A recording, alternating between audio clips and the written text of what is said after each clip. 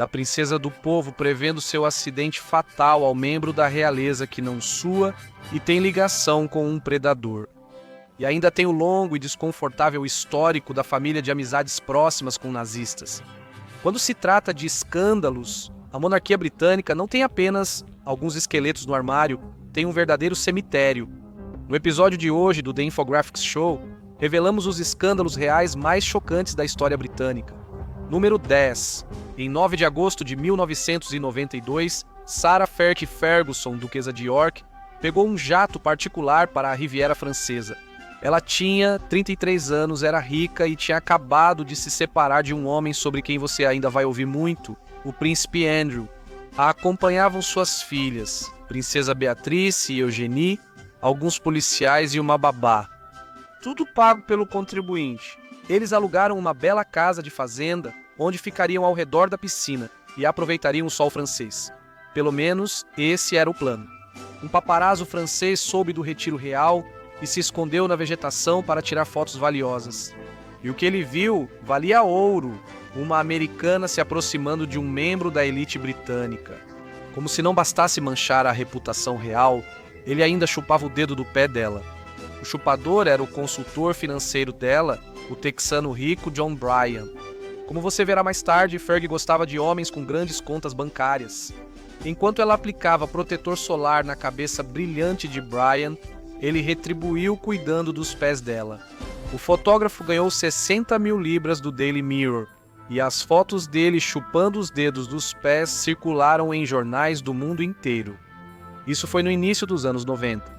Membros da realeza britânica não deveriam fazer isso. Antes do divórcio de Fergie e Andrew ser finalizado, a rainha Elizabeth chamou Fergie ao castelo de Balmoral para lhe dar uma bronca severa. E então veio a intriga. Os jornais começaram a dizer que foi Diana, princesa de Gales, quem avisou a imprensa sobre a viagem de Fergie à França. Circularam rumores de que agentes da inteligência britânica denunciaram Fergie para prejudicá-la e ajudar Andrew a conseguir a guarda das crianças. Anos depois, Fergie concordou em sua biografia. Foi uma grande história na época, mas nada perto do que Fergie enfrentaria anos depois. Mas falaremos mais sobre isso depois. Número 9. Lord Louis Mountbatten era tio materno do príncipe Philip, duque de Edimburgo, marido da rainha e primo de segundo grau do rei George VI. Tecnicamente, ele não fazia parte da família real, mas era bem próximo. Ex-vice-rei da Índia e condecorado nas duas guerras mundiais, Mountbatten era destaque nos círculos de poder britânicos. O primeiro escândalo que enfrentou foi nos anos 1970. Ele foi chamado para apoiar um golpe planejado por membros do Military Intelligence, 5 e do establishment britânico. Até membros da realeza possivelmente queriam remover o primeiro-ministro Harold Wilson do poder. O establishment e a CIA achavam que Wilson era muito de esquerda, talvez até um comunista enrustido. Eles estavam errados. Isso não impediu alguns espiões e aliados de conspirarem para difamar políticos de esquerda com propaganda na chamada Operação Clockwork Orange. Como Mountbatten era amplamente admirado pelo público, os conspiradores imaginavam que ele lideraria um governo provisório de unidade nacional. Após a saída forçada de Wilson e a recusa de Mountbatten, o golpe não ocorreu, porém, os escândalos continuaram. Ele era casado com Edwina Ashley, filha de um barão e herdeira de uma rica linhagem de condes. O tipo de pessoas que dominavam a Grã-Bretanha na época. Esse casamento tornou os dois incrivelmente ricos, mas foi a vida amorosa extraconjugal dele que chamou a atenção de muita gente. Seu motorista, no final dos anos 1940, afirmou depois que o local favorito de Mountbatten era um famoso clube gay em Malta, numa época em que a homossexualidade ainda era ilegal. Era um boato escandaloso sobre um homem que se tornaria chefe do Estado-Maior de Defesa. Os americanos, liderados por J. Edgar Hoover, que possivelmente era gay, mantinham um dossiê sobre Mountbatten, talvez para influência. O departamento afirmou que Mountbatten tinha moral muito baixa. Testemunhas depois relataram ter entregue jovens a Mountbatten. Outros mencionaram um grupo seleto de homens que recebiam jovens em mansões para orgias. As vítimas também se pronunciaram, mas isso só veio à tona muito tempo após a morte de Mountbatten, morto em explosão do exército republicano irlandês, As vítimas disseram à mídia britânica que foram escolhidas para servir ricos e poderosos. A investigação segue em andamento. Isso não é bom para a realeza britânica. Vamos amenizar falando dos nazistas número 8. Em 2005, a mídia britânica afirmou novamente que a família real passava por grande contenção de danos. Isso porque o príncipe Harry, com 20 anos, teve a ideia de ir a uma festa à fantasia com um uniforme nazista. Isso gerou indignação imediata. O motivo da raiva? Um futuro rei da Inglaterra não deveria se vestir como homens que exterminaram milhões de judeus e escravizaram e mataram milhões de eslavos na Europa. A situação ficou ruim para Harry. Uma foto mostrava-o sorrindo, fumando e segurando uma bebida, usando uma suástica no braço. Para piorar, membros da realeza britânica iriam em breve ao 60º aniversário da libertação de Auschwitz. Harry abriu uma polêmica sobre vermes nazistas, levando as pessoas a comentarem sobre a herança alemã da família real. O marido da rainha Vitória era alemão, tornando a família real parte da casa de Saxe-Coburgo-Gotha.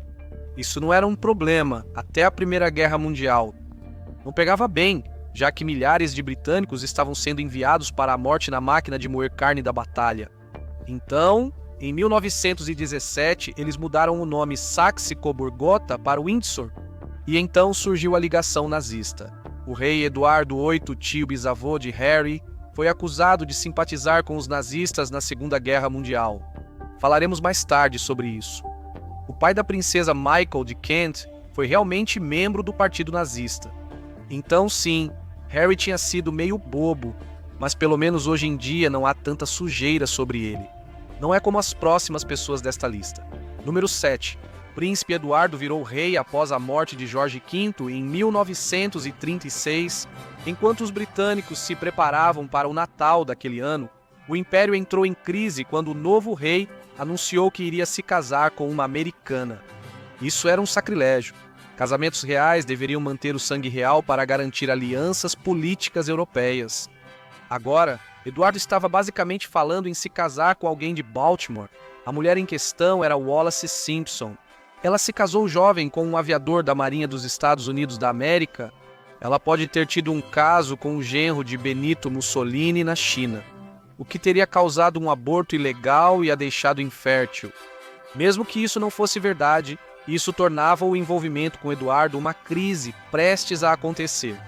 Quando começaram a namorar, ela era casada com um empresário americano rico após o divórcio do aviador, e havia rumores de vários casos com outros homens.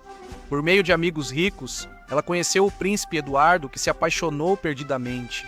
Após seu pai deixar o trono, rumores diziam que Eduardo ainda namorava a socialite americana. Pode parecer trivial agora, mas na época isso ameaçou derrubar a monarquia. Simpson então esfregou na cara de todo mundo quando anunciou: "Em breve serei rainha da Inglaterra." O novo casamento após o divórcio era condenado pela Igreja da Inglaterra. Mais importante, o povo britânico não apoiaria seu rei com uma americana. Eduardo sugeriu o casamento, mas disse que ela não precisava herdar todos os títulos. A resposta da família dele e do governo foi um não bem firme. Ele abdicou ao invés de criar uma crise constitucional. Ele preferiu o amor ao dever, e depois foram felizes, tornando-se amigos de Adolf Hitler. Número 6. A abdicação de Eduardo foi o maior escândalo real desde Henrique VIII, que engordou, decapitou esposas e brigou com o Papa. Era tudo o que a família real podia aguentar. Eduardo acabou fazendo amizade com caras que usavam uniformes com raios e caveiras. Eduardo e Wallace visitaram Hitler em 1937 em sua casa de férias e o cumprimentaram com saudação nazista. O governo britânico não ficou nem um pouco feliz, mas a mídia alemã adorou cada minuto disso. A visita de Eduardo e Wallace foi um trunfo para Hitler. Os nazistas ainda não eram conhecidos por assassinatos em massa ou atrocidades médicas. Então, Eduardo, agora Duque de Windsor, não fazia nada que parecesse tão escandaloso. Muitos na aristocracia britânica e no governo ainda esperavam reconciliar-se com Hitler. Antes da guerra, empresas britânicas negociavam satisfeitas com o chamado milagre econômico alemão. Mesmo assim, Hitler era um fascista liderando um estado policial de partido único. Partidos de oposição foram proibidos, sindicatos foram destruídos, jornalistas presos e judeus perderam seus direitos civis sob as leis de Nuremberg. Milhares de opositores, comunistas, socialistas e padres foram presos nos primeiros campos de concentração como Dachau e Buchenwald. A visita de Eduardo ainda era polêmica. Ele afirmou que tentava manter boas relações em uma Europa caótica. Eles se divertiram na Alemanha, já que na Inglaterra Wallis era tratada como se tivesse peste. Na Alemanha, ela era como uma rainha. Depois, o escândalo aumentou quando Albert Speer, ministro de Armamentos e Produção de Guerra, afirmou que se Eduardo fosse rei, Alemanha e Grã-Bretanha teriam se entendido. Até mesmo Hitler concordou que era escândalo demais para o palácio suportar. Eles enviaram Eduardo e Wallace de avião para que ele virasse o 5º governador das Bahamas. Como marido da rainha, Felipe era sempre príncipe, mas também o rei das gafes, alguém que deveria ter se calado em muitas ocasiões. Como quando ele, na Escócia, com um instrutor de direção, perguntou sério: como conseguem manter os nativos longe da bebida para passar no teste? Ele não brincava. Sugeriu que os escoceses gostavam de beber, mas isso era estatisticamente igual à Inglaterra. Mas Philip não era um homem de detalhes. Sua mente foi moldada pelo preconceito. Isso ficou claro quando ele disse que mulheres britânicas não sabem cozinhar. Quando não discriminava, deixava claro que certos países eram mais importantes. Durante um dever real no Canadá, em 1969, ele cortou a fita em uma inauguração e declarou: "Declaro esta coisa aberta, seja lá o que for." Em 1986, ele praticamente se garantiu um cancelamento vitalício durante uma visita de Estado à China. Ao falar com estudantes britânicos animados que aprendiam mandarim, ele alertou: "Quando voltarem para casa, estarão com os olhos puxados." Quando um estudante britânico contou que não moravam com famílias chinesas, Felipe respondeu que os chineses não queriam se misturar com os bárbaros.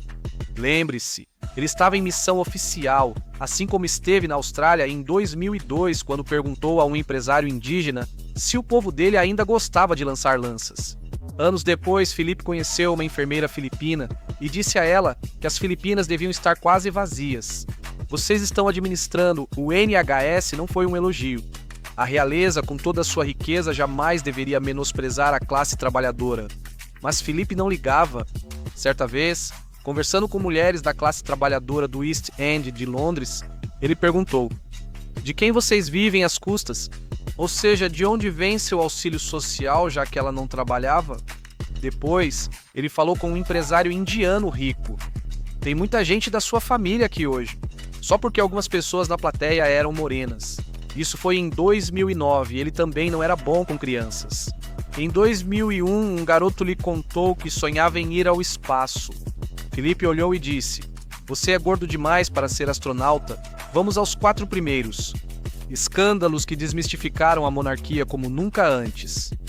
Em 1993, o príncipe Charles, hoje rei Charles III, havia se separado da princesa Diana. Rumores diziam que ele tinha um caso com Camilla Parker Bowles, o que se confirmou. Naquele ano, os tabloides divulgaram a transcrição de uma ligação entre Charles e Camilla, em que Charles revelou seu alter ego, Homem Tampão. A conversa, na verdade, era de 17 de dezembro de 1989, quando Charles ainda era casado e supostamente apaixonado por Diana, no que o público britânico acreditava ser um casamento de conto de fadas. Camilla, é claro, também era casada, mas foi o que Charles disse a ela que fez Buckingham Palace vir abaixo. Ele disse a ela que queria estar dentro dela. Melhor ainda, disse que queria reencarnar como uma calcinha dela. Ele brincou que, com sorte, voltaria como um absorvente interno. Ela disse: "Ah, que ideia ótima!" E ele respondeu que talvez fosse parar na privada. "Ah, querido," ela riu. Pelo menos ele tinha humor. Ele passou o resto da conversa combinando como se encontrariam em segredo e em qual casa de pessoa rica fariam suas aventuras noturnas. Problemas de rico número 3. Em 2015, o príncipe Charles se reuniu com um político do Catar, como fazem muitos chefes de Estado, e como se fosse tirado direto de um filme de gangster de Londres. Ele saiu de lá com uma maleta inteira e algumas sacolas plásticas de um mercado chique, todas recheadas de dinheiro. Cerca de 26 milhões de libras. O dinheiro seria para uma instituição de caridade de Charles, mas à primeira vista não parecia certo. A mídia começou a falar sobre a cultura de dinheiro por acesso entre os membros da realeza britânica, o que significa que o dinheiro pode facilitar as coisas. Em 2010, Fergie, que na época já estava divorciada de André, foi filmada encontrando-se com um homem e dizendo a ele: 50 mil libras quando você puder, para que eu abra portas para você. Ela pediu mais de dólares americanos, 70 mil para apresentar alguém ao príncipe André. Será que ele estava envolvido? Talvez. Depois ela disse a Oprah que lamentava por ter estado bêbada. Mas esse tipo de coisa acontece o tempo todo. Em 2025 venderam acesso ao príncipe Guilherme por 25 mil dólares americanos. Não há provas de que Guilherme esteve envolvido. Foram 70 mil dólares para André e 25 mil dólares americanos para Guilherme. Ele deve ter ficado indignado. Quem mais pagou para acessar a realeza? Você acertou, Jefferson Epstein, bilionário com acesso a todos. Parece que Epstein era um defensor do quid pro quo, uma mão lava a outra. Em 2010, Fergie contou a ele que estava falida. Ela perguntou: existe alguma chance de eu poder pegar emprestado 50 a 10 mil dólares americanos para me ajudar a pagar as pequenas contas que estão me sufocando? Disse Epstein. Não, as contas dele estavam sob investigação. Mais tarde, ela pediu para ele 15 mil, um ato que ela depois chamaria de um grande erro de julgamento.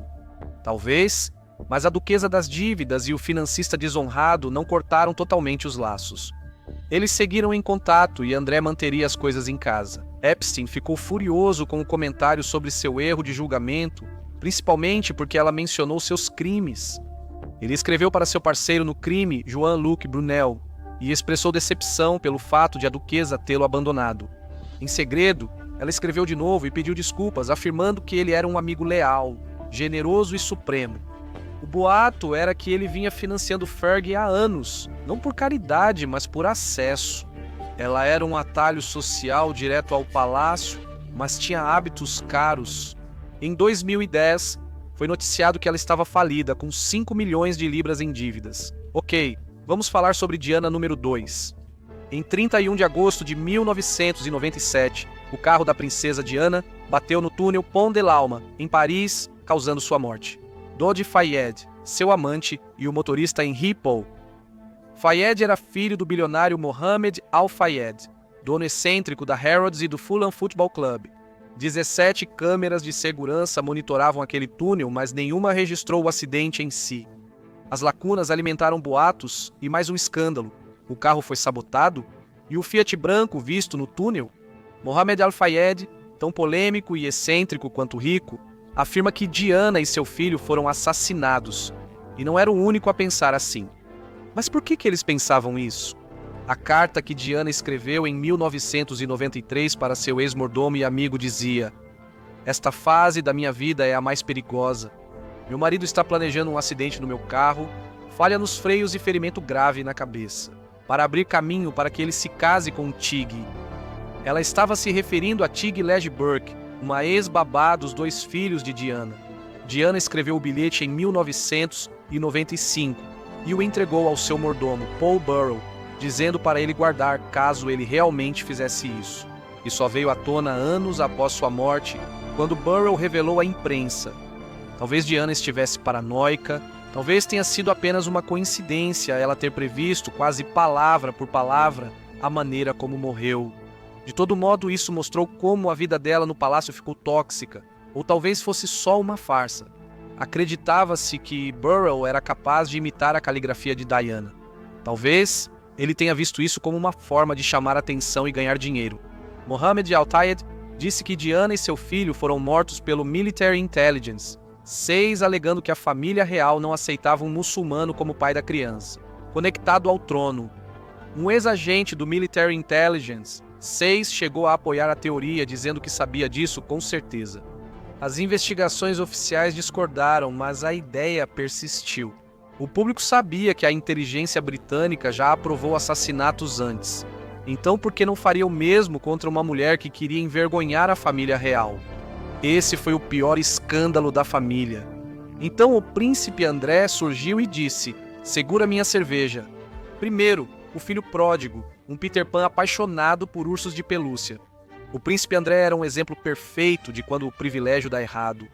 Dizem que a rainha tentou protegê-lo na infância, mas claramente não leu esses livros, dizendo que mimar uma criança vai transformar um homem em tirano. Funcionários do palácio relataram que ele os tratava mal, demitia sem motivo e os tratava como lixo. Debaixo dos sapatos reais dele, ele mandava os criados arrumarem seus 50 a 70 ursinhos de pelúcia ao redor da cama, todos na ordem certa, e eles precisavam saber o nome de cada um. Se um ursinho saía do lugar, ele ficava furioso, contou um criado. Eu até tive um dia de treinamento. Era peculiar. Afinal, ele era um homem adulto que serviu nas Malvinas.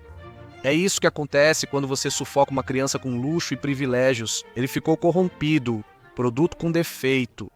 E então veio o relacionamento dele, de olhos bem fechados, com seu velho amigo Jeffrey Epstein. A verdade é que Andrew não é muito bom em escapar de encrenca. Ele não é um homem das ruas. Ele foi fotografado com o braço em volta de uma das vítimas de Epstein, Virginia Giuffre, e depois afirmou que não se lembrava disso. Ele também negou ter ido a uma boate com Giuffre, então adolescente, onde teria passado a noite suando na pista de dança. Andrew disse que isso era impossível porque ele não consegue suar fisicamente. E parece que ele estava em uma pizzaria local naquela noite. Quando a British Broadcasting Corporation questionou por que ele seguiu o amigo de Epstein após a condenação, ele disse que queria terminar a amizade pessoalmente por honra. Foi revelado que ele escreveu para Epstein após a foto de Virginia Giuffre surgir dizendo: "Estamos juntos nessa." A negação dele na British Broadcasting Corporation foi uma mentira óbvia, como já sabíamos. Ele terminou a carta dizendo: "Mantenha contato próximo e vamos brincar mais em breve." Ele precisou renunciar aos títulos como Duque de York e sentimos que esse escândalo pode derrubar a família real do pedestal. Os escândalos da realeza britânica foram complicados, mas não se comparam ao que ocorria em suas linhagens. Veja como o incesto real resultou em tragédia, mostrando o choque entre poder e genética. Ou assista a este outro vídeo.